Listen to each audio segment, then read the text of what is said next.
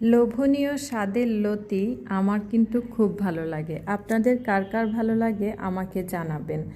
আর লতি চিংড়ি মাছ, ইলিশ মাছ বা অন্য যে কোনো মাছ ছাড়া যে লইট্টা শুটকি দিয়েও অনেক মজা করে রান্না করা যায়, আজকে আমি তাই দেখাবো। এখানে আমি হাফ কেজি লতি নিয়েছি আর এখানে শুটকি নিয়েছি আমি 150 গ্রাম।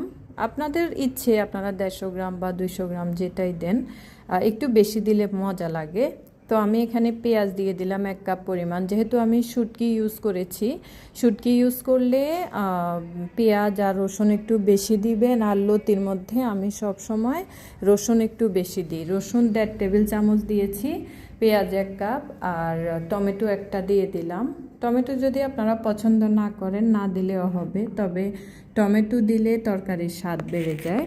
আমি লবণ দিয়ে দিলাম পরিমাণ মতো, তারপর মরিচের গুঁড়ো দিয়ে দিলাম 1.5 টেবিল চামচ পরিমাণ, হলুদের গুঁড়ো দিয়ে দিলাম হাফ টেবিল চামচ পরিমাণ।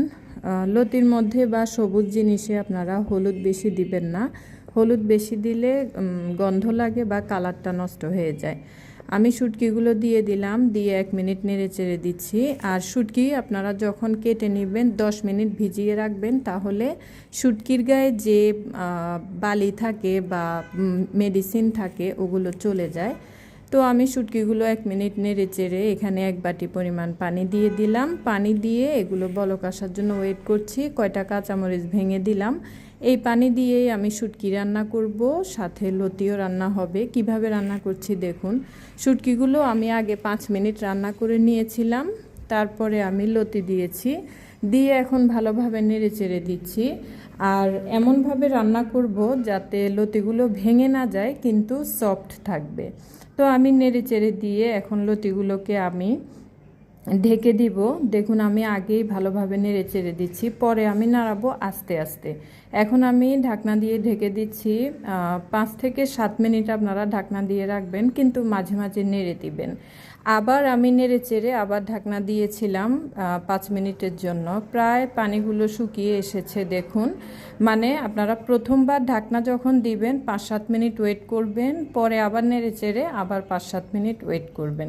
তারপরে লতিগুলো এভাবে চেক করবেন সেদ্ধ হয়েছে কিনা। সেদ্ধ হলে আগুনটা লো মিডিয়াম করে আবার একটু ঢেকে রাখবেন। আমি যেভাবে নাড়াচ্ছি ওভাবে নাড়াবেন, বেশি জোরে নাড়াবেন না, ভেঙে যাবে।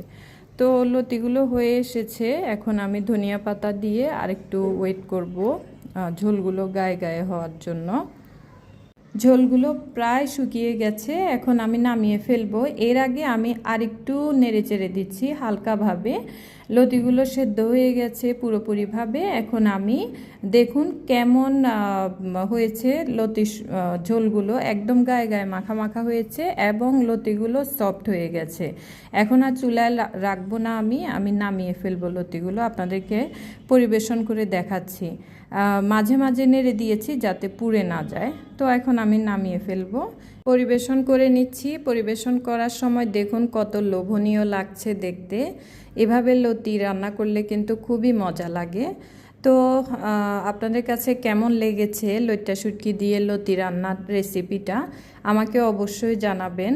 আর আপনাদের কাছে যদি একটু ভালো লেগে থাকে তাহলে অবশ্যই লাইক, কমেন্ট, শেয়ার করে দিবেন, আমার পাশে থাকবেন। আল্লাহ হাফেজ, আসসালামু আলাইকুম।